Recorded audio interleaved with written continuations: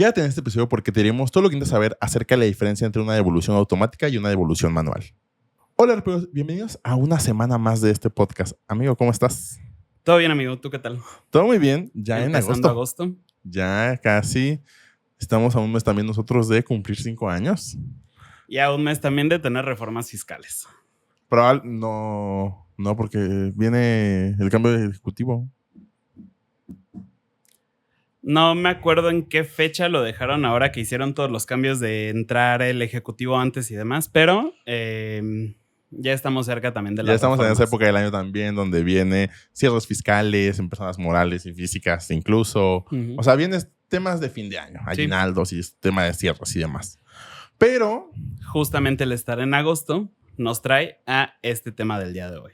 Sí, justamente porque decidimos hablar ahorita del tema de las devoluciones, porque si bien sabemos generalmente o en abril es cuando las personas físicas presentan sus declaraciones anuales y es en este mes donde también el SAT nos menciona de si presentas en tiempo tu declaración de este ejercicio, te podemos hacer una devolución automática. Sin embargo, a veces en resolución miscelánea o en facilidades que puede llegar a dar la autoridad, nos da, o esos últimos años más bien, ha dado como de, si la presentas en junio o en julio y tienes algún saldo a favor, también te lo podremos considerar como un pago, una presentación en tiempo y hacer una devolución automática. De hecho, el 31 de julio fue el último día para que si tú no hayas presentado tu declaración anual del 2023 y tuvieras un saldo a favor, lo pudieras pedir en devolución y fuera un proceso automático que en estricto sentido nos menciona que es una devolución de máximo 5 días hábiles. Sí, esto justamente queremos tratar este tema, o sea, porque normalmente cuando hablamos de una devolución en el mundo cotidiano, o sea, no en el tema de contadores, sino como en lo que todos podemos llegar a conocer, es de, yo presenté mi declaración anual desde el 1 de abril y no me ha llegado y ya es 10 de abril, por ejemplo. Porque normalmente todos tenemos en la mente que son 5 días. Ajá.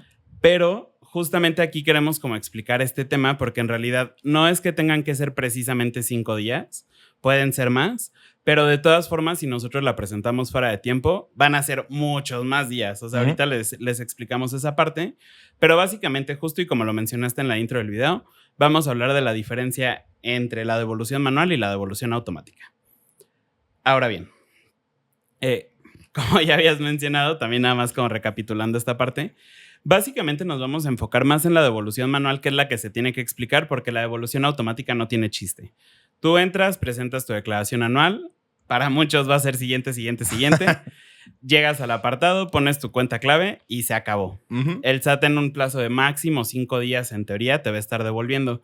Por lo general, luego se les llega a complicar por el tema de que la página no estaba funcionando, de que tuvieron muchas solicitudes, lo que sea. Pero antes de que termine abril, por lo general ya vas a haber tenido tu saldo a favor en tu cuenta. Ahí un glorioso depósito de Hacienda te devuelve y tu dinerito. En caso de que el SAT pudiera decir, oye, ¿sabes qué? No me está haciendo tanto sentido lo que me estás declarando porque tus ingresos fueron mayores y tú me declaraste menos, o porque tus gastos tú tienes que son más y yo tengo que son menos, o porque tus retenciones no las pagó el retenedor, que a veces también se la avientan de esa forma. Te voy a hacer que me generes una solicitud distinta a través del formato electrónico de devolución. Y este famoso formato electrónico de devolución, la forma sencilla de conocerlo es la devolución manual. Y esta devolución manual tiene ciertas características que no sé si nos quieras contar más o menos qué pasa. Sí, antes de eso nada más me gustaría mencionar esto. Cuando tenemos una devolución o presentamos en tiempo, no es que ya porque venga precargado, y eso también va a ser como una cosa que creo que como contadores que hacemos contenido siempre diremos, no es nada más, puede ser muchas veces citar el siguiente, pero siempre es bueno validar la información. Porque en estos días tuvimos una asesoría donde nos dijeron, oye, es que yo tengo una devolución, me aparece en mi opinión negativa por una declaración anual de otro año, pero si yo entro, yo sé que yo trabajé, pero si entro al formato o a la declaración anual, no viene nada precargado. Está bien que la presente así en otros no, si hay información. Ha habido también, julio fue un mes específico donde hubo muchos errores en la página del SAT. Entonces, sí es importante tener en cuenta que cuando nosotros presentamos nuestra declaración anual y hacemos esta devolución automática, existen como en general 3 supuestos que pueden existir respecto del pronunciamiento que tenga el SAT. El primero es que acepte de manera total el SAT y diga, sí estoy de acuerdo con lo que me dijiste y te devuelvan en su totalidad. La siguiente es que te devuelvan una parte, es decir, estoy de acuerdo tal vez con cierto monto, pero no con todo lo que me pusiste, entonces te devuelvo, puede ser el 50, el 30, o sea, cualquier porcentaje respecto de la devolución total que tú pusiste en tu declaración. Y la última es que te rechacen y te digan los motivos, el por qué están rechazando esa devolución. En los últimos dos casos, que sea una devolución parcial o un rechazo, tienes la posibilidad de hacer una devolución automática o si presentaste fuera una devolución manual o si presentaste fuera del plazo, podrás también presentar la devolución manual. Bueno, en este caso, de hecho, o sea, así como la ley nos dice podrán y deberán, si presentas fuera del plazo, debes presentar la devolución manual. Vas a presentar tu declaración normal, pero aunque tú le pongas ahí devolución y pongas tu cuenta clave y todo lo que necesites, de todas formas el SAT te va a obligar a que le puedas mandar información adicional. Dicho esto, nada más como para explicar el tema de los plazos que puede llegar a haber, vamos a partir desde el día en el que presentamos nuestra solicitud de devolución. De ahí el SAT va a tener hasta 20 días hábiles para podernos hacer un requerimiento y decirnos, oye, a ver, antes de entrar a esto, creo que es importante mencionar cuál es la información que tenemos que entregar. Normalmente, y aquí va a depender justo, o sea, del régimen en el que estés. Si nos vamos a lo más sencillo y obvio, que sería, por ejemplo, sueldos y salarios, normalmente, ¿qué es lo que tendrías que preparar para tener una devolución manual? Es tus estados de cuenta donde se pueda ver todos los depósitos que te hicieron de tus recibos de nómina. Tus recibos de nómina, y por lo general aquí lo que te llega a pedir el SAT es que estén cruzados entre sí. Es decir, que el estado de cuenta, por ejemplo, tenga el depósito del 15 de mayo, una leyenda que pueda ser, por ejemplo, mayo 1, y así está el recibo de nómina también para que ellos puedan identificar cada uno de los depósitos. Por lo general con eso basta. Si llegáramos a tener deducciones personales, también nos van a pedir que nosotros podamos poner en qué momento estuvimos pagando las deducciones personales y casi que con eso deberíamos estar del otro lado para que nos puedan hacer la devolución. Aquí no les queremos decir que es la única información que van a tener que mandar, pero es lo que normalmente se llega a requerir en caso de sueldos y salarios. Sí, aquí como tip o cuestión de la práctica que hemos visto cuando son deducciones personales, lo más sencillo para muchos sería de, oye, pues la descargo del SAT. Sin embargo, nos ha tocado también ocasiones donde dicen, ¿sabes qué? Mándame tal cual te lo mandó el doctor, tu constancia de intereses reales te la mandó el Infonavit o cualquier institución financiera. Mándanos esos documentos, aunque, a ver, sabemos que el SAT tiene esa información, pero es como la forma en la que valida que tú sí tienes esas deducciones y que creo que supongo que es la forma en la que ellos dicen, pues sí tienen las deducciones y sí tienen los comprobantes. Entonces, también será importante que tengas las facturas, y también este cruce que menciona Eric. Entonces, dicho esto, vamos a explicar en términos generales la línea del tiempo. Ahorita nos metemos a qué es lo que te pueden llegar a pedir en los requerimientos. Pero en términos generales, como lo marca la ley, es que son 40 días hábiles. Días hábiles, eso es importante porque ya si lo pasamos a días naturales, básicamente se convierte en 2 meses. Pero pueden ser más. Básicamente, ¿cómo se hace esta línea del tiempo? En teoría son 40 días hábiles para que te puedan hacer una devolución, pero tenemos algunos plazos intermedios que congelan un poco este tiempo.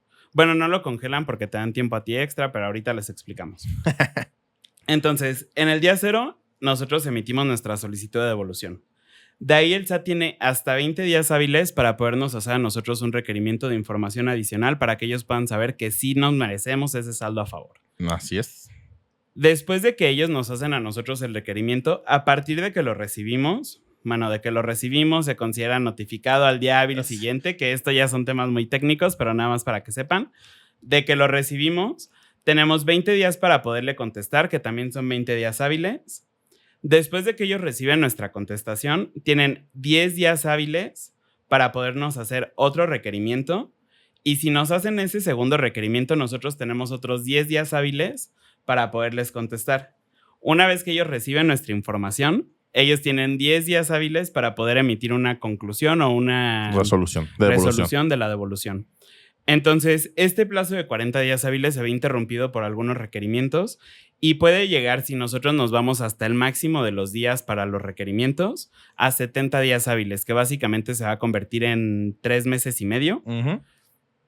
Por eso también es como un poco más complicado y puede llegar a pasar que en el tema de que tú, por ejemplo, estés presentando tu anual de sueldos y salario tarde, algunos contadores te digan de que no, pues esto ya no se puede hacer, ya no te sugerimos pedir la devolución, etcétera, porque es un trabajo un poco más complejo.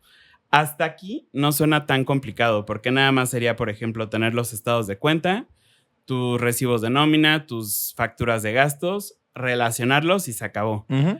Pero en el requerimiento es donde el SAT se puede poner un poquito más creativo y donde empieza a ser todo el problema para todos. Sí, justamente nos ha tocado ver distintos requerimientos de personas por sueldos y salarios donde pueden llegar a lo mejor a tener una actividad empresarial o lo que sea, pero genuinamente llegan a ser en algunos casos, ¿cómo llamarlo? Excesivos para el contribuyente. O sea, porque genuinamente hay un caso muy específico que nosotros tenemos y probablemente ya lo hemos hablado en episodios de tal vez un año o hace 2, donde pidieron desde un listado de empresas donde esta persona ya no trabajaba y que le dieran el registro de sus entradas y sus salidas, o sea, su check-in en su trabajo y cuando sale. De si tenía, creo que en su momento se decía que le pagaban viáticos, que dijeran todos los reportes de a quiénes visitó, a qué clientes visitó, qué días, en dónde estaba ubicado el cliente y demás. O sea, fueron requerimientos que sí decían, es que yo ya no trabajo ahí, que ella tuvo la facilidad de que le pudieron dar esa información, pero en una realidad tal vez un poco más normal, es muy probable que ya con la empresa con la que estés trabajando ya no tenga esa información o diga no te la voy a dar porque es información confidencial de la empresa y pues te pone ahí en un tema de vulnerabilidad como contribuyente a unos requerimientos bastante excesivos. Este caso en específico también es importante mencionarlo porque a veces el SAT le carga al contribuyente culpas del retenedor. Ajá. ¿Esto qué significa?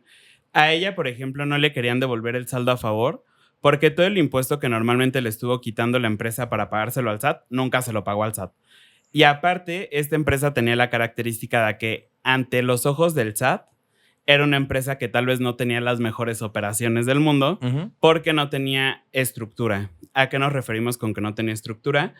En el argot fiscal, así para los colegas, se le conoce como materialidad, pero para las personas que no están como tan relacionadas con esto, básicamente es que cuando nosotros presentamos declaraciones anuales, estamos obligados a presentar nuestros estados financieros. Y hay un estado financiero que es el balance general, que nos dice básicamente qué es lo que tiene la empresa, qué es lo que debe y cómo ha generado sus utilidades. En la parte de qué es lo que tiene la empresa, ellos no tenían casi que ni una mesa. Pero si era una empresa que estaba pagando nóminas, entonces al menos para que tú puedas tener un colaborador debes de tener su escritorio, una computadora, tal vez algún teléfono, y ellos no tenían nada de eso. Entonces, como al SAT le daba desconfianza a esta empresa, pues le decía al contribuyente que sabes que no te lo puedo regresar a menos de que me demuestres que sí trabajaste con ellos. Y ahí es un poco complicado porque pues en realidad, justo como dice Arturo, yo puedo ni siquiera tener acceso a ese tipo de información o que la empresa en la que yo trabaje ni siquiera tenga ese tipo de información, claro. Que no exista un reloj checador, que no exista una trazabilidad de los viáticos, que no existan muchas cosas y al final eso pone justo en vulnerabilidad al contribuyente porque pues nunca te van a regresar el saldo a favor. En este caso en específico, sí se consiguió cierta información y aparte se apoyaron de la Procuraduría de la Defensa del Contribuyente, la PRODECON, para poder hacer un pequeño pleito con el SAT y decirle de que, oye, brother, te estás pasando, pásame mi dinero, y sí se lo devolvieron.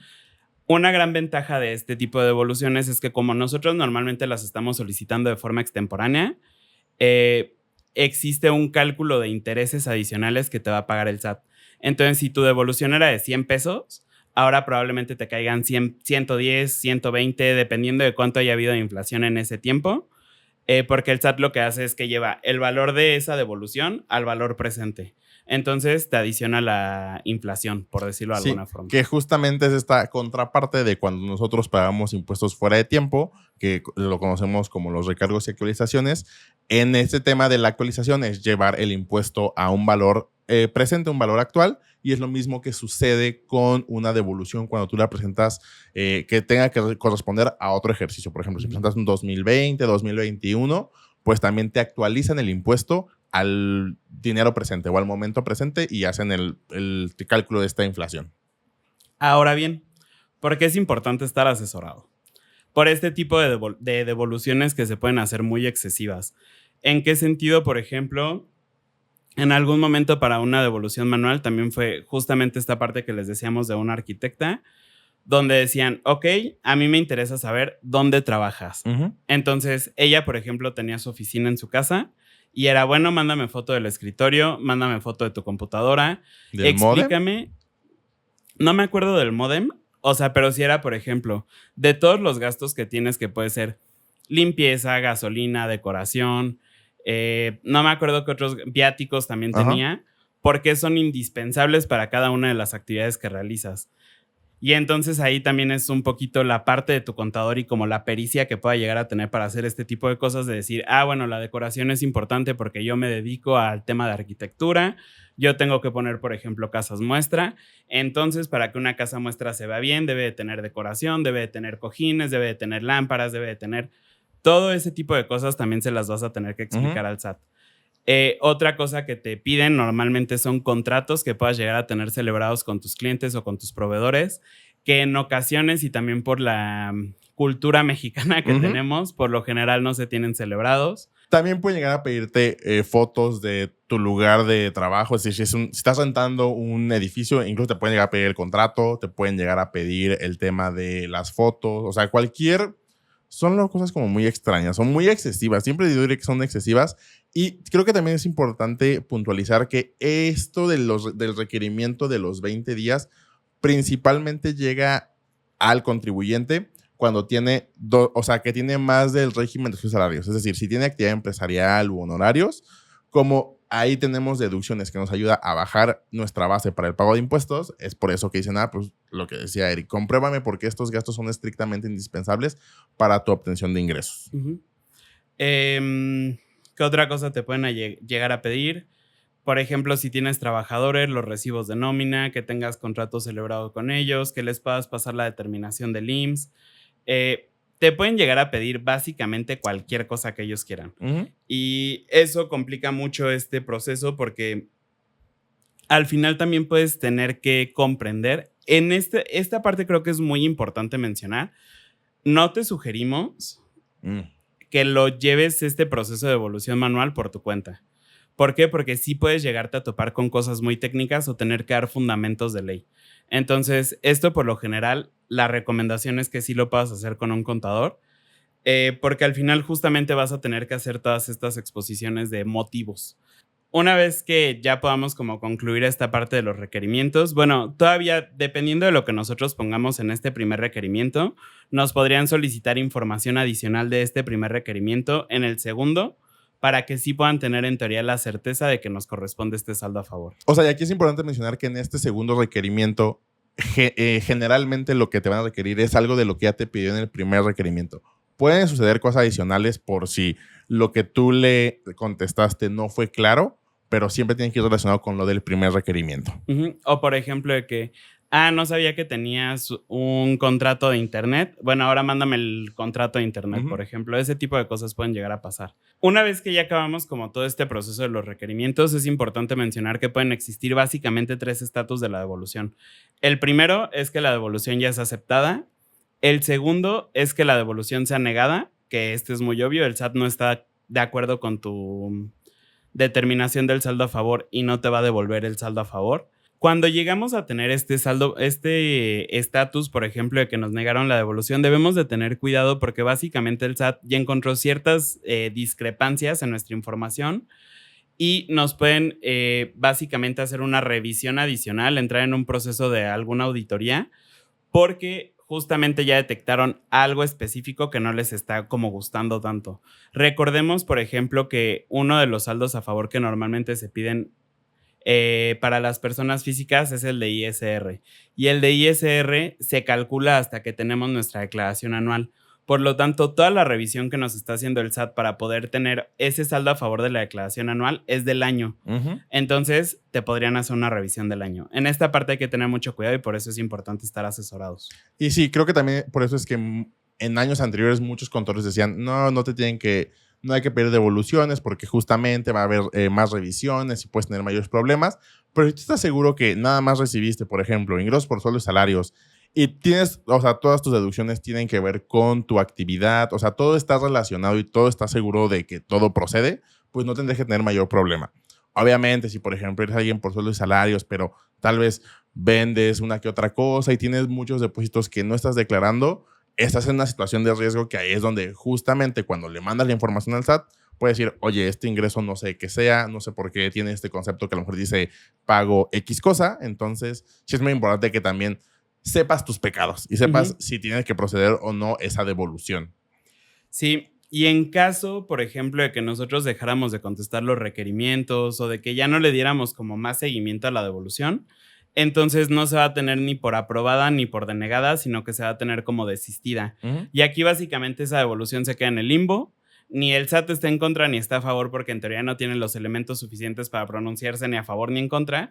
Entonces esa devolución queda ahí pues en el limbo. Sí, o sea, y esto que esté en el limbo no significa que ya no puedes hacer nada. O sea, si tú dices, tal vez en este plazo de 20 días, si me requirieron, no me dio el tiempo para juntar todas las pruebas que me pidió, tal vez puedes juntarlas y puedes volver a solicitar una devolución, pero obviamente vuelve a correr el proceso, el plazo de los 40 días, puedes hacerte un requerimiento a los 20, tú contestar en el mismo plazo de los 20 y todo esto que ya explicamos en la línea del tiempo. Entonces, si tienes o sea, que desistes en una devolución, sepas que sí lo podrás pedir en devolución nuevamente.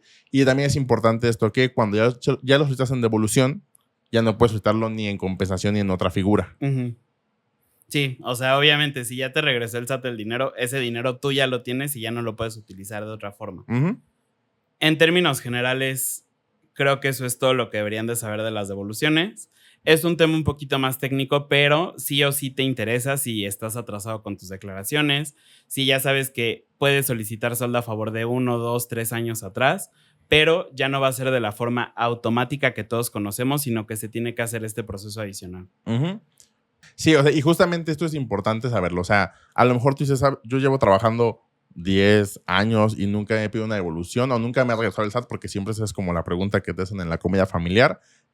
Entendamos que obviamente no es un acto nada más de magia que en abril sucede. Tú tienes que accionar uno, si presentas en tiempo, en este año fue de abril a julio.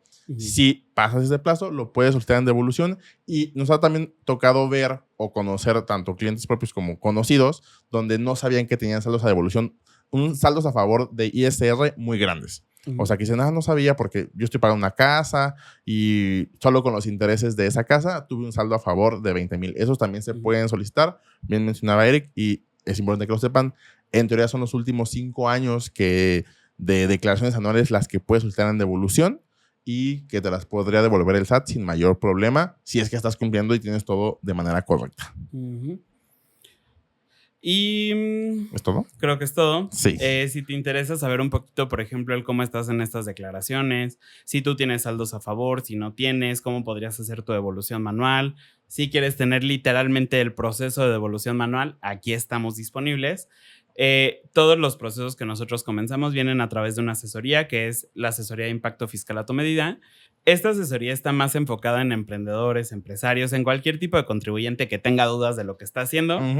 El objetivo básicamente es que tú puedas tener tus dudas ya claras, nos reunamos, en 1 hora nosotros te digamos cuáles son nuestros puntos de vista, te lleves estrategias para accionar en ese preciso momento y puedas empezar a ver una optimización en tu pago de impuestos. Adicionalmente está la asesoría de Contadores Plus, que esta es únicamente para contadores, esta es de 1:30 y esta puede llegar a ser técnica o no técnica, pero funciona mucho para temas de confirmaciones de criterios. De, oye, tengo esta persona, no sé si tendría que estar, por ejemplo, en el régimen de plataformas o no.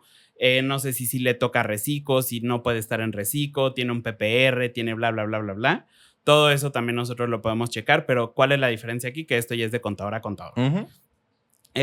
Y en términos generales creo que esas son las 2 asesorías que tenemos. Aunque también si tienen un tema de, oye, voy a iniciar o estoy buscando cambiar de contador, quiero saber un poco más de cómo se lleva la contabilidad, también tenemos el servicio de contabilidad mensual. Ese generalmente también siempre los llevamos a través de esta asesoría de impacto fiscal a tu medida, porque ahí es donde nos conocemos, ahí sabemos en qué situación están y ya de ahí pues se desprende una propuesta de servicios y ya si todo sale bien, pues podemos empezar a trabajar juntos. Es como ir al médico. Esa es la asesoría de diagnóstico y ya después empezamos el tratamiento. Exactamente. Y nada, es todo. Síganos en redes sociales. Estamos en Facebook, Instagram, YouTube, Spotify, Threads, Reddit y TikTok. Y es todo por el episodio de esta semana. Creo que sí. Yo soy Eric. Yo soy Arturo. Juntos somos Arpea y nos escuchamos la siguiente semana.